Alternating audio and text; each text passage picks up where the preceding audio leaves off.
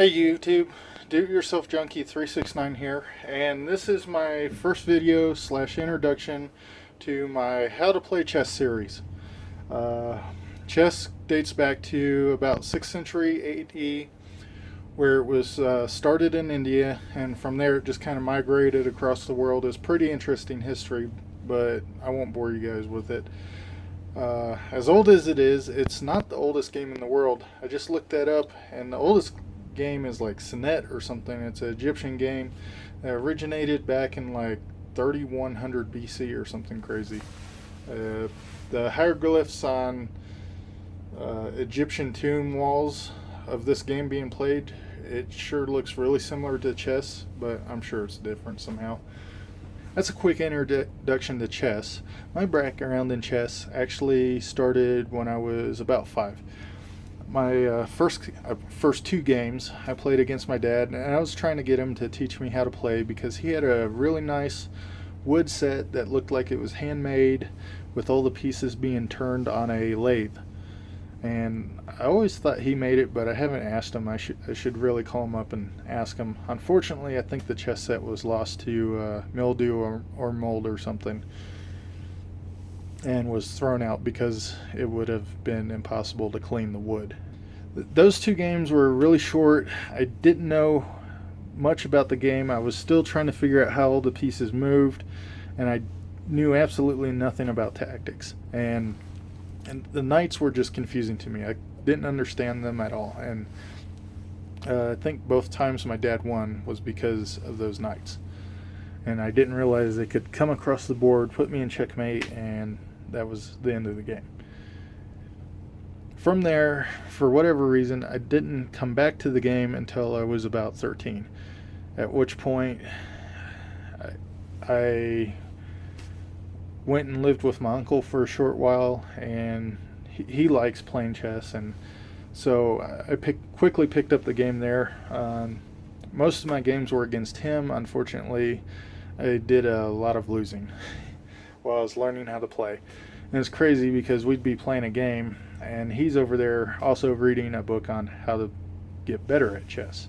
But playing him greatly improved my skills at the game because he was so good at it, it forced me to become better. And then from there, when I moved back to my home state, I continued to play a little bit. Not as much as I should. And part of it was I didn't realize other people knew how to play chess. About the only person I played against was my sister, who, unfortunately for her, I regularly beat, and then she stopped wanting to play me. Somewhere in there, Searching for Bobby Fischer came out, which is a movie about Josh Waitzkin. Hopefully I didn't butcher his name too bad. And that spurred me to want to start playing again, and I realized at that point there was actually chess tournaments for kids and stuff, and I started looking into it more, and there was a local instructor who was putting on tournaments and stuff at the middle school during the weekends.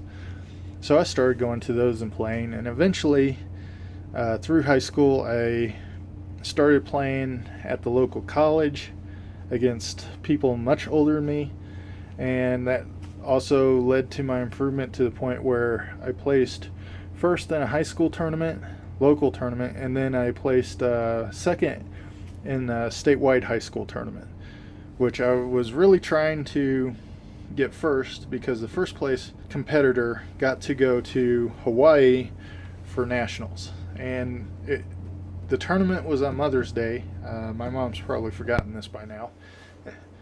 But I woke her up early morning wanting to go to this tournament, and it was kind of unfair because it was Mother's Day, and I told her, like, hey, come on, like, take me to this tournament and you will get a trip to Hawaii. And she kind of took me unwillingly, thinking that there was not a chance in the world I was going to win. And I think she was kind of surprised when I was standing out in the parking lot holding a trophy when she showed up to pick me up. And the person that I lost to, I actually had him beat like 3 or 4 different points in the game, but this was like 6 or 7 games into a tournament, and I'd never made it that far before. Most of the times I would play like 2 or 3 games and then be out of the tournament. They were double elimination. But this time I made it all the way to the final game, and I was pretty tired. He was pretty tired too because he was making mistakes. I just didn't see him and capitalize on them. And there was also a lot of pressure. Like, everybody that hadn't gone home was standing around watching us. It was the only game being played. Pretty fun time though. I enjoyed it. And unfortunately the trophy broke recently, but it was one of the trophies that I kept from my childhood. Anyway, for you that don't know, chess is played on a 64 square board with alternating colors. So it's 8 by 8. And then the pieces, there's 16 light pieces and 16 dark pieces. And in this intro video, we'll get into what the pieces are and how they'll move. And most importantly, correct board setup. So let's start with the correct board setup. Most people don't know this, even people that play chess. You want the white square to your right. If it's the other way around, once you get into playing it kind of regular, or maybe even go into tournaments, if you ever play with it with the black square in your right hand side, it's going to mess up your how your pieces are set up, and it's going to be kind of confusing. So remember, white on the right. And then if you're going to follow along any sort of chess notation or take notation at tournaments or study other people's games, you're going to want to make sure that you start with your one column on white side, and black is going to occupy rows 8 and 7. So white, rows 1 and 2, black, 7 and 8. And then it'll go column A through H, left to right, just as you're reading it. Most people think of chessboards as being black and white. I prefer a contrasting color, so in my case I have a white and red. There's also white and green, white and blue, and these boards are mostly just flat pieces of vinyl. I'll put a link in the description below where you can pick one of these boards up. This is a great board, and it's what most of the tournaments are played on nowadays. The most used color I've ever seen in tournaments was white and green, and I didn't want a board that matched that. I wanted to stand out a little, so I got a white and red one. So first pieces we're going to set up, there's 8 of them, and they're the pawns. And since there's 8, they just occupy rows 2 and rows 7 for black across the board.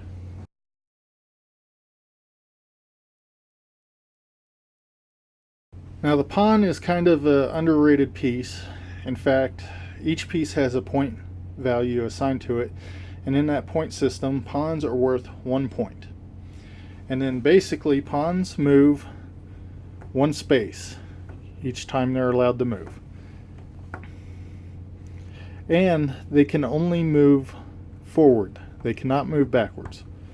The exception to this rule is when the pawn is making its first move. On this first move, a pawn can move 2 spaces if you so choose. So you have the option on the first move of either moving the pawn 1 space or 2 spaces. Now when a pawn attacks, it does so at a diagonal. It doesn't attack straight on. This is the only piece that attacks differently than how it moves. So it moves only straight, but on the attack it attacks in the diagonal. And that's what that looks like. Now there's one more unique part to a pawn's movement during the attack, and that is if your enemy has a pawn here and you move your pawn on the first move 2 spaces. You've passed through the square that is being attacked by this enemy pawn, and you've denied him the chance to attack this piece. In this case, there is a move called En Passant, basically in passing. So if you move here, on the very next turn, your opponent can take your pawn by moving the diagonal as if the pawn had only moved forward 1 square. Here's what it looks like if from white's point of view. Black pushes his pawn 2 spaces. On the very next move, you would take on the diagonal as if he had only moved 1 space. Again, that's called en passant. The other unique part of pawns is pawns are able to be promoted. So when you get a pawn to the last row in your opponent's side of the board, you're able to promote it to any other piece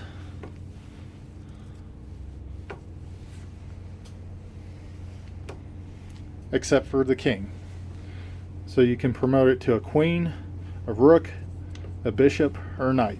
And depending on the situation, you might not want to promote it to a queen. It just depends. And we'll get into some scenarios later in some example games and puzzles where promoting to a queen might cause you to end the game in a draw.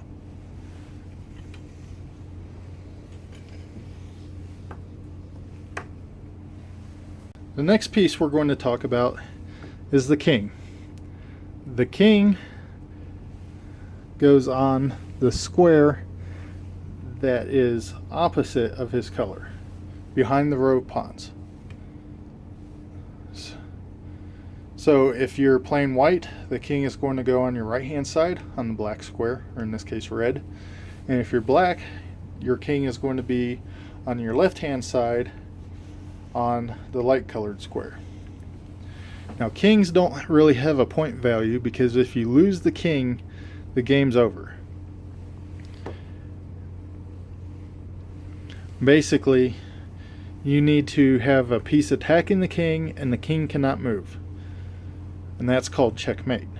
Now just check would be a piece attacking the king, such as his pawn, but the king can either take the piece or move away from the piece, or in some cases later on we'll show you block the attacking piece.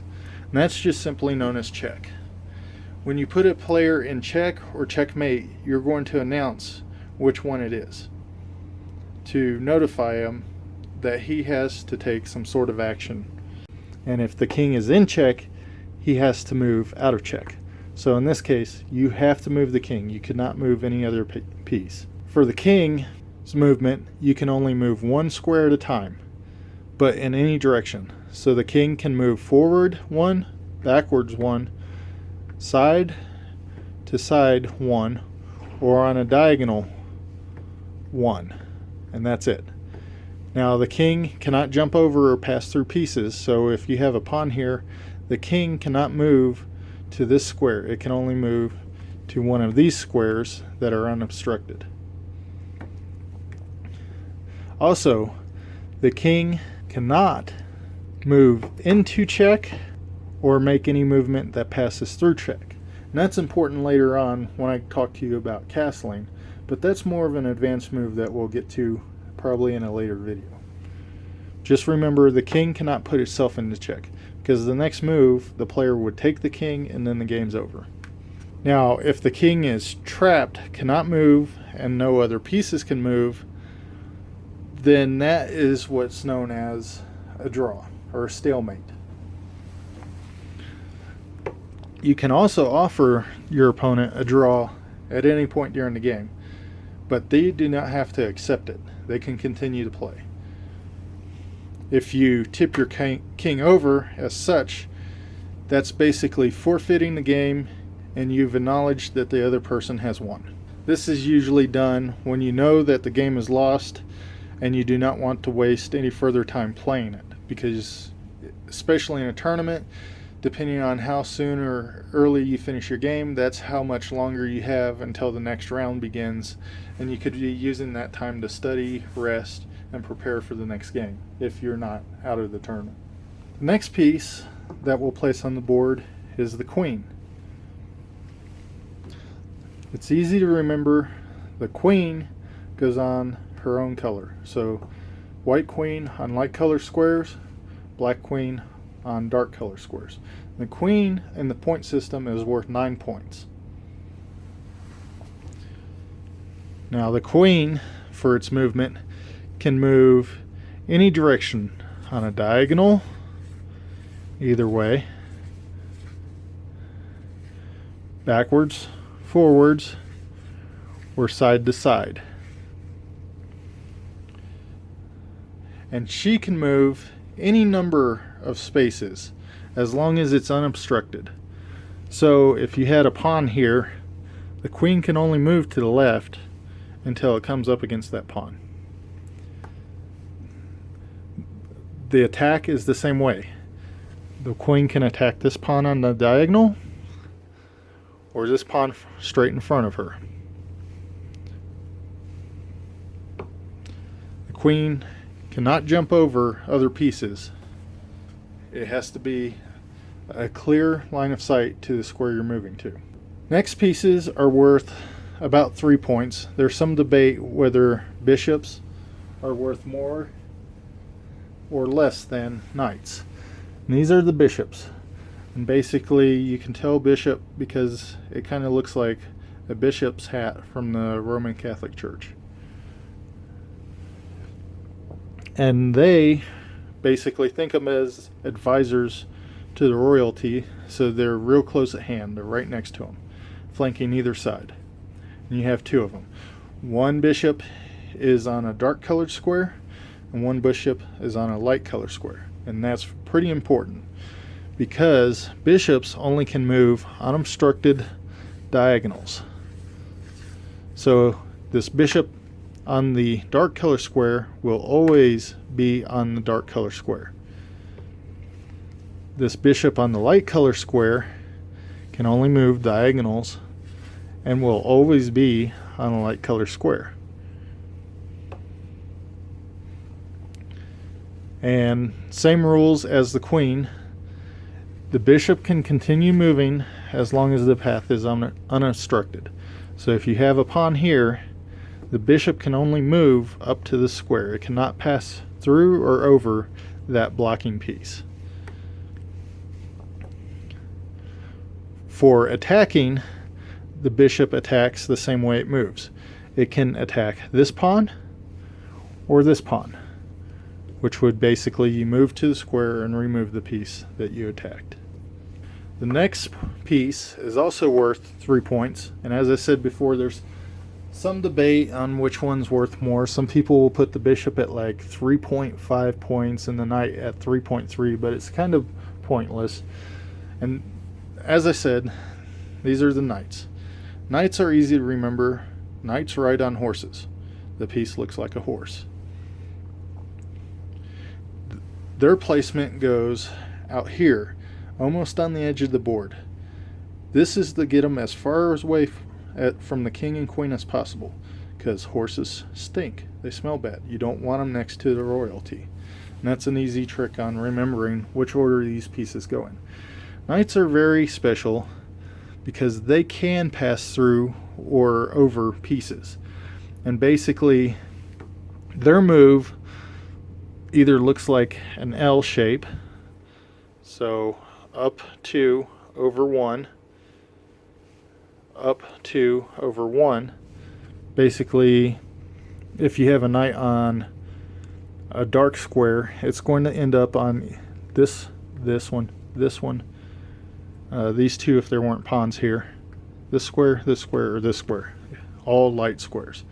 And you can think of it as an L, just facing any direction you please, or some people like to think of it as you go up 1 and then diagonal 1, which gets you to the same space. So it would be up 1 over 1, up 1 over 1, up 1 over 1, up 1 over 1, up 1 up one, over one, up one, over one. And this gets some time getting used to on how they move. And from the starting position, your knights, as I said, can pass over pieces. So this knight can go here, or it can go here without moving anything out of its way. Same thing with this knight. It can move there or there from the beginning of the game without moving anything out of its way. And as all the other pieces except for the pawns, the knights attack in the same method as they move. So in this position, this knight is attacking this piece or this piece. If it was up here, this knight is now attacking this other knight or attacking the queen. And this is the basics of what's known as a fork, which we'll cover in a later video as it's a more advanced tactic. The last piece to get placed on the board is what is known as a rook. I haven't done a whole lot of research into why rooks are called rooks, but basically they look like a castle. And they go on the outermost edge of the board. And you can remember this as basically these are the castle walls. You want them to surround or be on the outer edge of all your pieces during the setup. Now rooks are worth 5 points, so a little bit more than the knight and the bishop, but almost half the worth of a queen. So when they move, they can only move in straight lines, but they can move as far as they want, as long as there's not a piece in the way. So this rook, in this case, could only move to this square in this direction. It could not move to this square because the pawn is blocking its path. So as most other pieces except for the knight, it cannot pass over or through a blocking piece. And remember, straight lines only. And it attacks the same way as it moves. So in this case, it's attacking this pawn. If it were over here, it would be attacking this pawn. And there you have your complete board setup. If you need to, I'll put a time link to this view so you can come back here and look at this frame of the video and pause it while you set up a board if you need to. I'll also have time links for each piece, explanation, and how they move in case you need to quickly reference anything in the video. I hope you enjoyed this setup and basic piece movement video, and I hope to see you again for the next video where we'll cover some of the strategies and special moves in chess more in depth.